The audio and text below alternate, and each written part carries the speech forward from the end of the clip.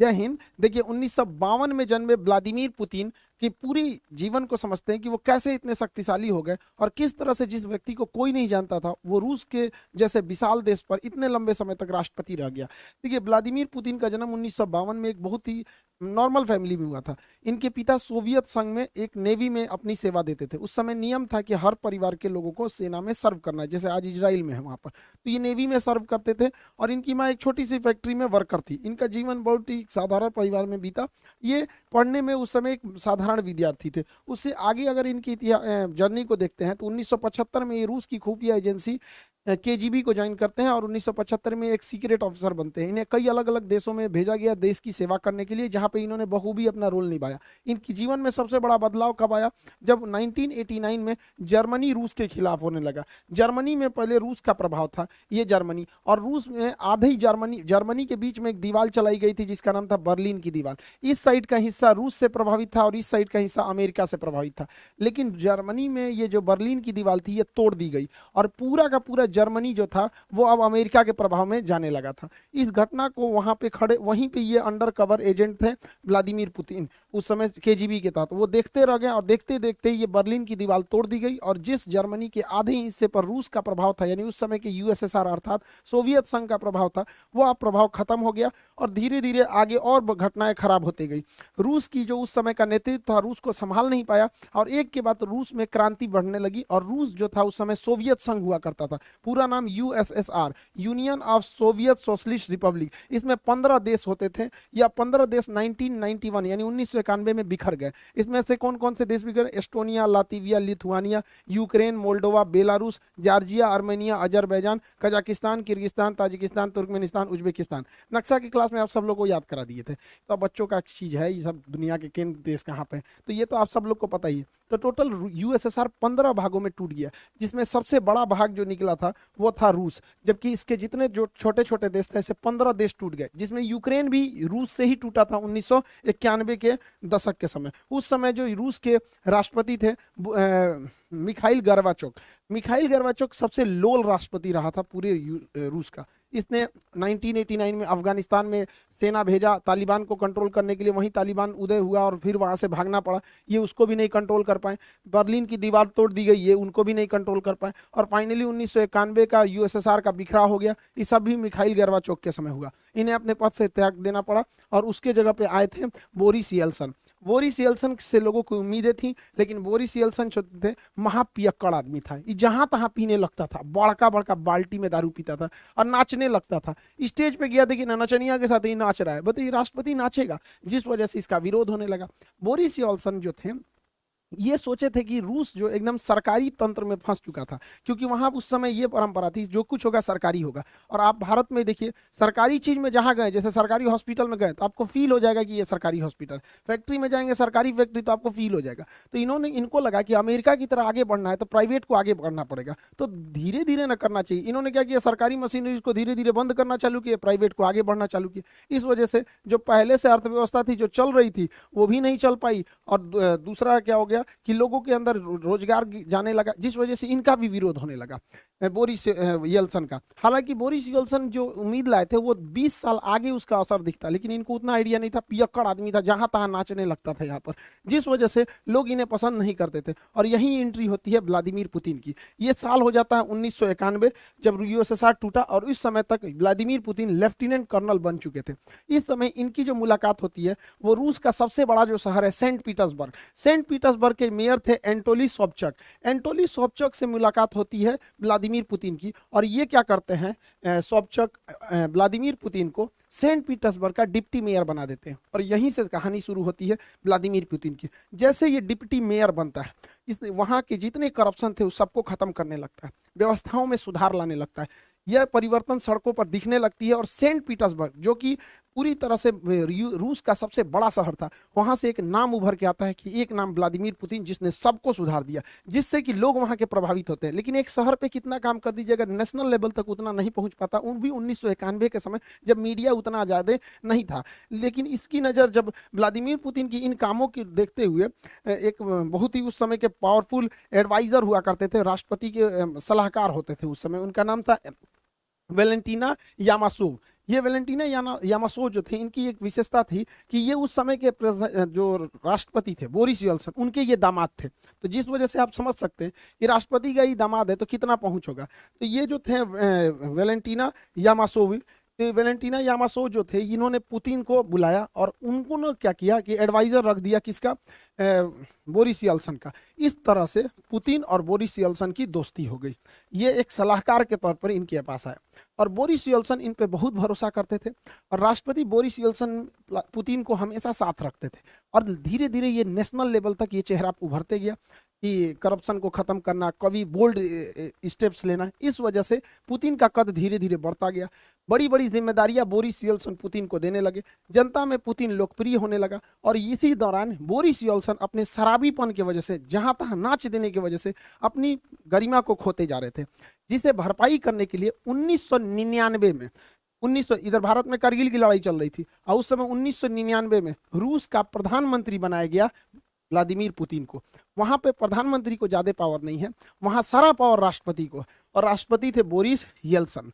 तो यहां से एक नेशनल लेवल तक पहचान बन गई पुतिन की। लेकिन पुतिन बहुत ही महत्वाकांक्षी था। वह सोचता था कि हम आगे प्रधानमंत्री से राष्ट्रपति कैसे बनेंगे, क्योंकि वहां सारा पावर राष्ट्रपति के पास था। इसने दिमाग लगाया। रूस का जो ये वाला एरिया है, नीचे का एरिया, रूस इतनी तो पूरा बड़ा है, मॉस्को से नीचे का ये एरिया है, इसका नाम है चेचन्या। ये चेचन्या जो था ये रूस से टूटना चाहता था, क्योंकि 1991 में 15 देश टूटे थे, तो चेचन्या कहता था हम भी टूटना चाहते हैं। तो रूस ने ये व्लादिमीर पुतिन, चूंकि ये खुफिया एजेंट था, इसने दिमाग लगाया। उसने कहा कि एक काम करते हैं, इन्हीं को फंसा देते हैं। इसने मॉस्को में बम ब्लास्ट कराना चालू किया। ध्यान से समझिएगा, यह बम ब्लास्ट खुद पुतिन करा रहा था, जो खुद उस देश का प्रधानमंत्री, और इल्जाम लगा दिया किस पर, चेचन्या पे, कि चेचन्या के लोगों ने ब्लास्ट कराया है। और ये अगस्त से सितंबर 1999 तक धड़ाधड़ रूस में जहां तहां बम फूट रहे थे। इधर भारत में 1999 में कारगिल हो रहा था, अटल बिहारी वाजपेयी थे, और देखते देखते एक महीना अगस्त से सितंबर 1999 में रूस के शहर मॉस्को, राजधानी मॉस्को में धड़ाधड़ सीरियल ब्लास्ट होने लगे। इस ब्लास्ट में कहीं 10 आदमी मारा जाता है, कहीं 2 आदमी मारा जाता है। ऐसे करते करते मॉस्को में मरने वालों की संख्या 300 हो गई, जिस वजह से भयंकर बवाल हो गया। रूस के लोग अब चेचन्या को देखना नहीं चाहते थे, वो चाहते थे चेचन्या रात से एकदम तबाही किया जाए। अब सोचिए, याद कीजिए 2019 जब भारत में पुलवामा में अटैक हुआ था, हमारे सिपाही शहीद हुए थे, तो किस तरह से बवाल हुआ था कि घुस के मारेंगे आतंकवादियों को। यही चाहता था वहां पर पुतिन भी। पुतिन इसी चीज को चाहता था कि एक बार जनता का समर्थन हो जाए कि मारो चेचन्या को, और यही हो भी गया। 300 लोग जब मरे 1 महीने के अंदर लगातार बम ब्लास्ट में, तो रूस की जनता कही कि मारो ससुरा को। इस बीच प्रधानमंत्री थे पुतिन, पावर तो रहता ही है पुतिन को। अब बोरिस येल्सन जो पियक्कड़ था, शराब पी के पूरा पावर पुतिन को दे दिया, कहा कि चेचन्या को संभालो। इसने क्या किया, पुतिन ने हर सिपाही के चेहरे पर या हेलमेट पर कैमरा लगा दिया और लाइव टेलीकास्ट दिखा दिया कि कैसे मारा जाता है। अब मारा जानबूझ के चेचन्या में। देखिए, जो भी मॉस्को में बम फोड़ा गया था, पुतिन फोड़ा था। ये बात एकदम क्लियर है कि पुतिन फोड़ा था, और उसी ने घुस घुस के मारा चेचन्या में। वहां के लोगों को तो रियलिटी पता नहीं थी और पूरा लाइव दिखाया जा रहा था। ध्वस्त कर दिया पूरी तरह चेचन्या को, और वहां के लोगों को, भाई उनको लगा कि हमने बदला लिया है यहाँ पर, और 80,000 लोगों को मार दिया पुतिन। सोचिए कितना खतरनाक है ये पुतिन। 80,000 चेचन्या के लोगों को मार दिया, खुद ब्लास्ट कराया मॉस्को में, इल्जाम लगाया चेचन्या पे, और घूस के मारा 80,000 लोगों का। पूरा टीवी पे लाइव टेलीकास्ट दिखाया। इससे क्या हुआ कि पूरी दुनिया, पूरे रूस के लोगों ने देखा कि जो उनके घर में 300 को मारा है, पुतिन ने घुस के 80,000 को मारा है। ऐसा नेता होना चाहिए यहाँ पर। पुतिन की रेटिंग एकदम हीरो की हो गई। तो 1999 में जो पुतिन प्रधानमंत्री था, वो राष्ट्रपति से भी ज्यादा फेमस होने लगा, और बोरिस येल्सन पे भ्रष्टाचार के आरोप लगने लगे। और इसी बीच सन 2000 में पहली बार राष्ट्रपति चुनाव जीत गया पुतिन। पुतिन का सपना पूरा हो गया। रूस जैसे बड़े देश की पूरी सत्ता अब पुतिन के हाथ में थी। पुतिन सन 2000 में चुनाव जीते, और 2000 में जब चुनाव जीते तो रूस के संविधान के हिसाब से कोई भी व्यक्ति लगातार 2 बार तक प्रधान राष्ट्रपति ही बन सकता है, 2 बार से ज्यादा लगातार नहीं बन सकता है। तो पहला शर्त ये था रूस के संविधान का। रूस के संविधान का दूसरा शर्त ये कहता था कि कोई भी व्यक्ति प्रधानमंत्री, राष्ट्रपति का जो कार्यकाल रहेगा वो 4 साल का रहेगा। जैसे भारत में 5 साल का है, लेकिन रूस में 4 साल का है। अमेरिका में भी 4 साल का ही होता है, वहां का भी राष्ट्रपति का 4 साल होता है। तो पुतिन राष्ट्रपति बने सन 2000 से 2004 के लिए। इस दौरान इनको पता था कि हमारा जो पहला टेन्योर है वो 4 साल का है, इसमें अच्छा काम करना है। तो इन्होंने क्या किया, सन 2000 से 2004 के बीच में अपने मन मुताबिक अधिकारियों की नियुक्ति किया। अब चूंकि ये खुफिया एजेंट थे इसलिए इनको हर जानकारी थी, और पूरी तरह से अपने मन मुताबिक पूरे मंत्रिमंडल को बैठाया और क्रेमलिन पर अपना दबदबा मजबूत किया। जैसे भारत में संसद होता है, अमेरिका में व्हाइट हाउस होता है, उसी तरह रूस में क्रेमलिन होता है, यहीं पे राष्ट्रपति रहते हैं, और पूरा दबदबा बनाया अधिकारियों के बीच में, और जबरदस्त काम किया अपने पहले टेन्योर में। रूस की जो जीडीपी थी वो 93% की रफ्तार से बढ़ी थी। लोगों को लगता था कि भगवान मिल गया पुतिन को, लेकिन पुतिन बहुत महत्वाकांक्षी था। उन्होंने अपना पहला कार्यकाल पूरा किया सन 2000 से राष्ट्रपति के रूप में, सन 2000 से 2004 के बीच में। एक टेन्योर हो गया, 4 साल का ही होता है। दूसरा टेन्योर उन्होंने पूरा किया 2004 से 2008 के बीच में। अब यहाँ तो हो गया रूस के शर्त के हिसाब से आप 2 बार से ज्यादा नहीं रह सकते राष्ट्रपति। इसके बाद ये क्या किया कि प्रधानमंत्री का चुनाव लड़ लिया। देखिए 2 बार तो राष्ट्रपति रहे, और उसके बाद 2008 से 2012 तक ये प्रधानमंत्री बन गए, प्राइम मिनिस्टर। और क्या प्राइम मिनिस्टर बनने के बाद अपने एक चमचा को राष्ट्रपति का चुनाव जितवा दिए, जिसका नाम था देमेत्री मेहदेव। देमेत्री मेहदेव ये कहने के लिए 2008 से 2012 के बीच में राष्ट्रपति थे, ये कहने के लिए राष्ट्रपति थे, और उसी दौरान ये क्या थे, प्रधानमंत्री। ये इतना शातिर इंसान है कि संविधान में संशोधन कर दिया और कहा कि इस दौरान राष्ट्रपति की शक्तियां प्रधानमंत्री के पास आ जाएंगी। तो ये काम के राष्ट्रपति रह गए, और ये पूरी की पूरी शक्ति का प्रयोग 2008 से 2012 के बीच में व्लादिमीर पुतिन ने किया। अब यहीं से रूस के संविधान का वह प्रावधान भी प्रभाव से हट जाता है, क्योंकि रूस का संविधान बस यही कहता है कि कोई भी व्यक्ति 2 लगातार टर्म्स को नहीं रह सकता है। तो 2 लगातार हो गया, उसके बाद एक बार के लिए इसको बना दिया, जब तक ये राष्ट्रपति था इसका सारा पावर खुद यूज किया, तब तो अब इसके बाद ये उठ सकते थे पुतिन। अब क्या हुआ, पुतिन फिर 2012 में राष्ट्रपति के लिए खड़े हुए, क्योंकि सारी पावर राष्ट्रपति के पास रहती थी। तो 2012 से 2016 के बीच में पुतिन राष्ट्रपति रहे, और जब ये राष्ट्रपति देना तो फिर संशोधन किए कि जो पावर प्रधानमंत्री राष्ट्रपति से प्रधानमंत्री को दिया गया था वो वापस पावर प्रधानमंत्री से राष्ट्रपति को दिया जाता है। खिलवाड़ करके रखा ही इंसान देश के साथ। तो 2012 से 2016 तक के बीच में ये राष्ट्रपति रह गया। 2016 में फिर चुनाव हुआ, क्योंकि 4 साल पे होता है। 2016 से 2020 तक ये फिर से राष्ट्रपति बने, और 2020 में ये संशोधन कर दिए कि ये बंदा 2036 तक राष्ट्रपति रहेगा। अब 2036 तक कुछ सोचना नहीं है, पुतिन भैया रहेंगे राष्ट्रपति वहां पे, कोई कितनों कर ले। ये है रूस का पावर पुतिन में। पुतिन बहुत ही जबरदस्त रहा पावर के मामले में। पुतिन अपने पहले कार्यकाल अर्थात सन 2000 से 2004 के बीच में इस समय पूरा ध्यान अपने देश पर दिए थे, लेकिन जैसे दूसरा कार्यकाल हुआ खतरनाक काम करना पुतिन ने चालू किया। इसने क्या किया, 2008 में जॉर्जिया पर हमला कर दिया, क्योंकि जॉर्जिया 1991 में सोवियत संघ से ही टूटा था, उसके 2 क्षेत्रों पर कब्जा कर दिया। 2011 में इसने लीबिया पर आक्रमण कर दिया, और लीबिया के मुअम्मर गद्दाफी की सरकार को हालांकि नहीं बता पाए वहां पे। उसके बाद 2014 आया, 2014 में यूक्रेन के शहर क्रीमिया पे कब्जा कर लिए। 2015 में सीरिया में गिर रहे सरकार बशर अल असद की सरकार को बचा लिए। 2022 आया, फिर पूरी तरह यूक्रेन पर हमला कर दिया। पुतिन खाली नहीं बैठते, क्योंकि इनको पता है कि जब तक अंतर्राष्ट्रीय विवाद होते रहेगा देश की जनता कभी अपने सरकार से सवाल नहीं पूछेगी। यही फॉर्मूला अपनाया था चीन ने भी। चीन के माओ सरकार के जब सरकार गिरने वाली थी तो उसने 1962 में भारत पर हमला कर दिया बिना मतलब, क्योंकि जब देश की सेना हमला करती है तो लोग सरकार से सवाल नहीं पूछते हैं, कहते हैं जो भी सरकार है बस हमें जिताओ। ये बात बखूबी जानते हैं व्लादिमीर पुतिन, इसलिए वो हमेशा लड़ाई लड़ते रहते हैं अपने अगल बगल वाले देशों से। हालांकि बहुत बड़े राष्ट्रवादी भी हैं। पुतिन की कई सारी पावर है, लेकिन उनमें 3 सबसे ज्यादा पावर इनके पास पूरी तरह से एक साइबर आर्मी है। हैकिंग पे बहुत जबरदस्त करते हैं यहाँ पर। इतना बड़ा हैकिंग आर्मी है इनके पास कि कहा जाता है कि जो डोनाल्ड ट्रंप को जिताने में भी इसी भाई का योगदान था यहाँ पर। इतनी बड़ी इसकी हैकिंग आर्मी है, साइबर पूरी तरह आर्मी रखा हुआ है। इनके विरोधियों कब गायब हो जाते हैं, कब मारा जाते हैं, किसी को पता नहीं। इनके विरोधी के ऊपर कभी छापा पड़ जाएगा, कभी पुलिस उठा ले जाएगी, कभी इनकाउंटर हो जाएगा, कभी मारा जाएंगे, कोई इनका विरोध नहीं कर सकता है। और पूरी मीडिया पुतिन की गुलाम है।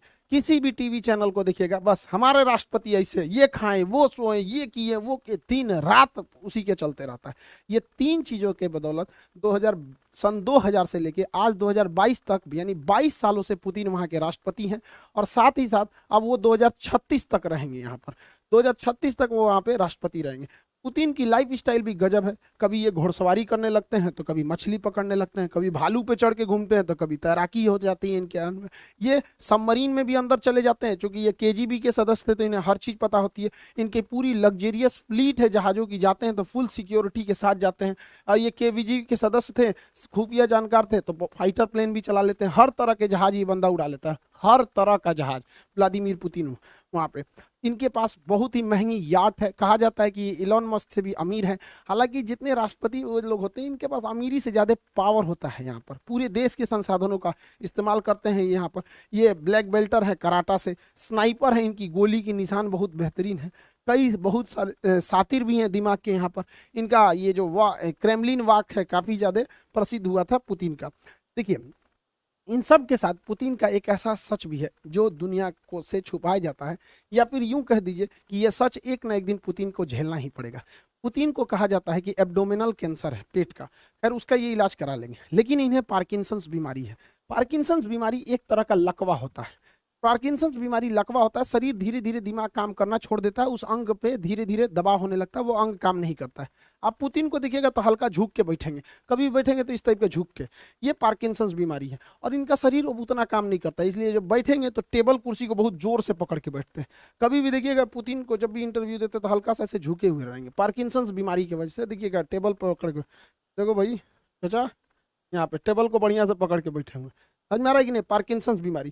दूसरा, पुतिन देखिएगा, पुतिन जो है बोटॉक्स का यूज बहुत करते हैं। बोटॉक्स का, बोटॉक्स क्या होता है, देखिए, ये चेहरे पर उम्र के साथ साथ यहाँ सिकुड़न आने लगती है, यहाँ चेहरे पर सिकन होने लगती है, सिकुड़न आने लगती है, जिस वजह से इंसान थोड़ा बूढ़ा दिखने लगता है। तो पुतिन अपने आप को प्रभावशाली दिखाने के लिए, सेना पर दबदबा बनाने के लिए तथा पर्सनालिटी मेंटेन करने के लिए इस सिकुड़न, इस झुर्रियों को दूर करना चाहते हैं। तो झुर्रियों को दूर करने के लिए इंजेक्शन से इसके अंदर बोटॉक्स भर दिया जाता है, और ये बोटॉक्स उन झुर्रियों को खत्म कर देता है। इसलिए देखिएगा पुतिन के चेहरे पे बहुत ज़्यादा चेंजिंग नहीं आएगी। अगर आप यंग एज का देखिएगा या फिर अभी का देखिएगा, ये आप सोच सकते हैं 70 साल की उम्र का फोटो है, ये 70 साल की उम्र का। और यंग एज का भी देखेंगे तो उतना खास चेंजिंग नहीं आएगा, चेहरे पर उतनी सिकन देखने को नहीं मिलती है बोटॉक्स की वजह से। लेकिन यूक्रेन की लड़ाई में प्रतिबंध लगा दिया गया है बोटॉक्स के ऊपर।